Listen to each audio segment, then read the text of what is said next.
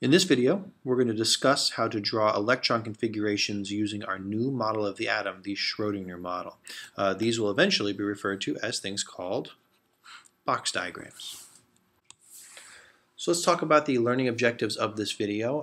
First of all, we'll do some discussion on how the Bohr model was modified. Schrödinger himself modified the model to accommodate new science, but we're going to modify the model as a tool for rewriting these electron configurations like we've already done. We'll then introduce the idea of box diagrams themselves, and actually we're going to stop there in this video. We're going to end with a to-do list. Basically, here's some of the tools we're going to need in order to actually be able to create one of these things on our own.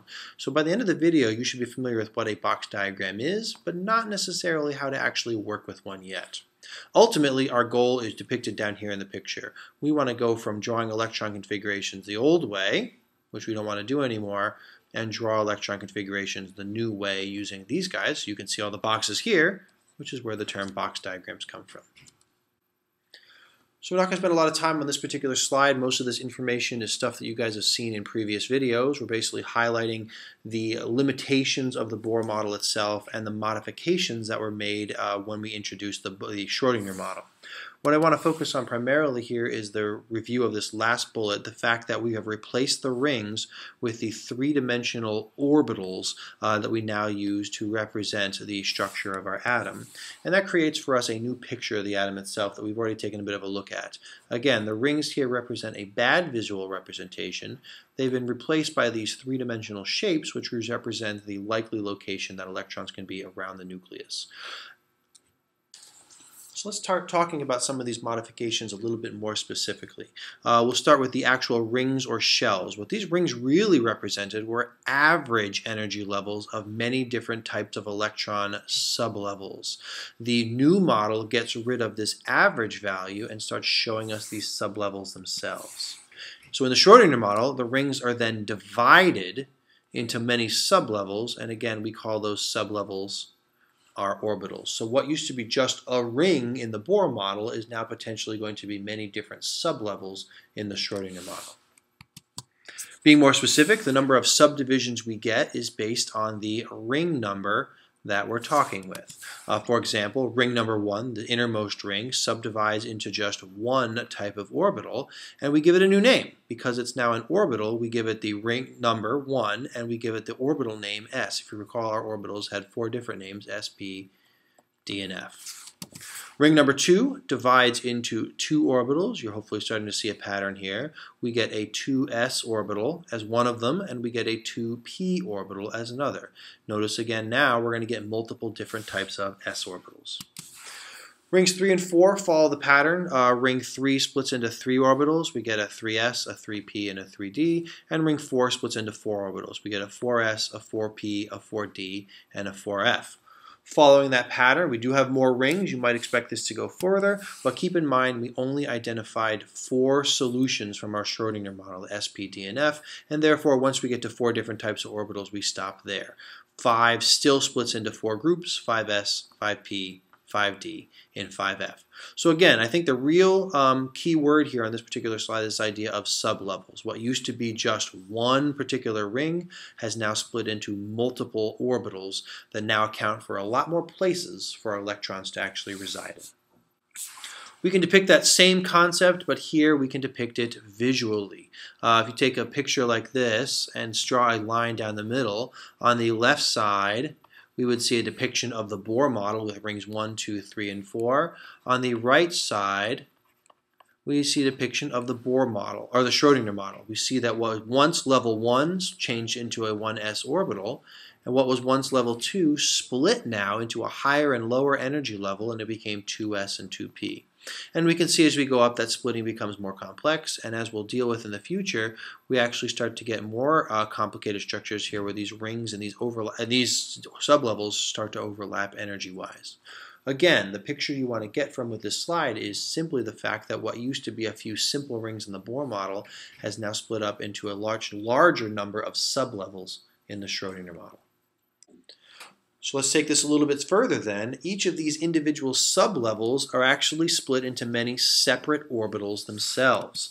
If you recall when we drew the picture, when we drew pictures for s orbitals and p orbitals and d orbitals, we actually ended up with lots of different orbitals for each one.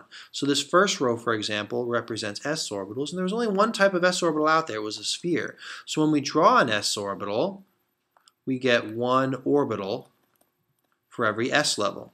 However, with p, notice there were three different orientations.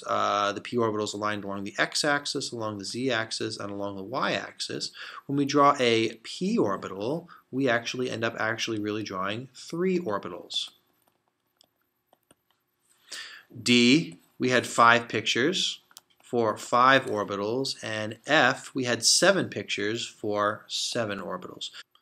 So what we're really trying to accomplish here is showing you guys that the details of this process, how we have the rings that were the Bohr model, they have split into different levels, and even those sublevels are split into the different types of orbitals that exist at that particular letter. So we're kind of, like I said, filling in the details. So that brings us then to the main topic of the day. What is a box diagram? What a box diagram is an electron configuration using the rules of the Schrödinger model itself.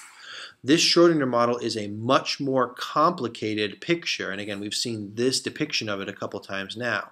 In the Bohr model, we could simply put electrons in the picture itself, and I think we can see from this guy that that picture would be too complicated to try and squeeze electrons into these individual little orbitals here. We certainly wouldn't be able to tell the difference between an electron here, whether it's in a p or an s orbital.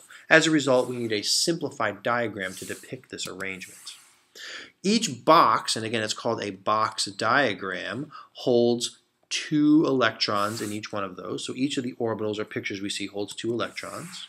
And we're going to represent these electrons with arrows. We're going to either be able to draw up arrows or down arrows to depict our electrons. And then each ring splits into a certain number of these orbital sublevels. So if we had ring 1, which split into an s orbital, or just an s orbital, we'll actually be able to draw a certain number of these boxes for depending on how many orbitals we're dealing with. So at the end of the day, what this really summarizes to say is that each sublevel has a certain number of boxes in it that match the number of different types of orbital pictures we had from the previous thing. So for example, when we draw a p orbital, there were 3 orbitals there, which means ultimately we're going to draw 3 boxes to represent that. And we'll talk more about the details of that in a moment. So let's map some of this stuff out here. I feel like in the previous couple slides I've thrown a bunch of different things at you, numbers and concepts. I think putting them here in a table would be very valuable. So for example, we can start by saying an s orbital. If you remember back to our pictures, there was one type of s orbital out there.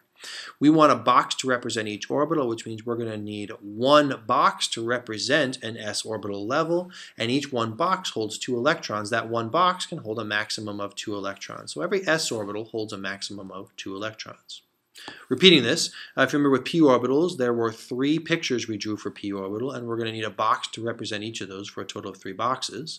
If each type of p orbital can hold 2 electrons, and there's 3 of them, that means a p orbital level can hold a total of 6 electrons. We'll repeat this with d, 5 pictures you drew, 5 boxes necessary.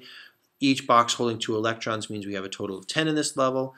F electrons, there were 7, which means we'll need 7 boxes and 14 electrons. An easy way to represent or remember this is they go up by odd numbers, 1, 3, 5, and 7.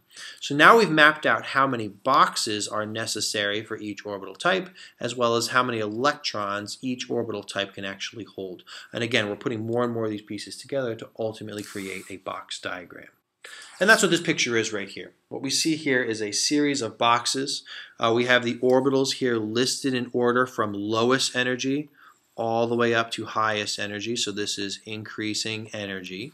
Each orbital level is represented by the appropriate number of boxes. All the s orbitals, there's only one type of those, so we get 1 box. All the p orbitals have 3 of those, d's have 5, and f's have 7. And this will give us a sequence where we can start placing up or down arrows into each of these boxes to represent the individual electrons.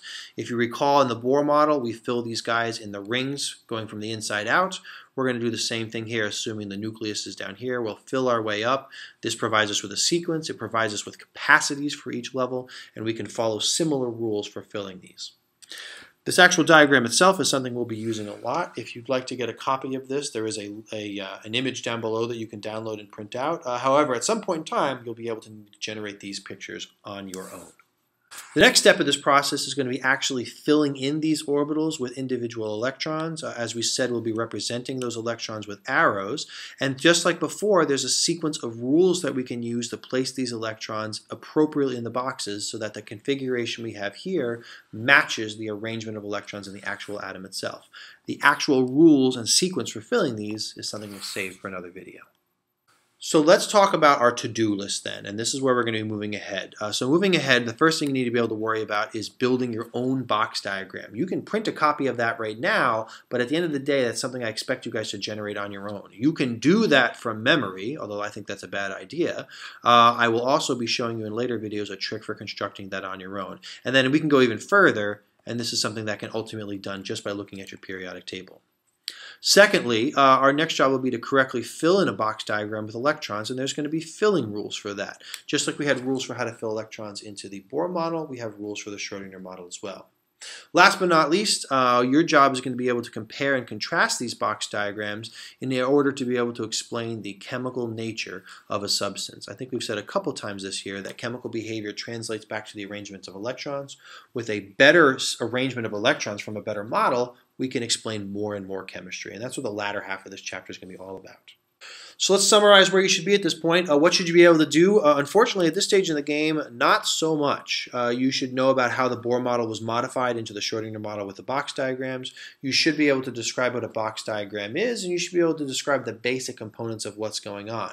You should also have a printed out version of that blank box diagram, but we haven't really talked a lot about what you can do with this. That's what the next couple of videos and the time in class we'll be spending in the next couple of days will be all about.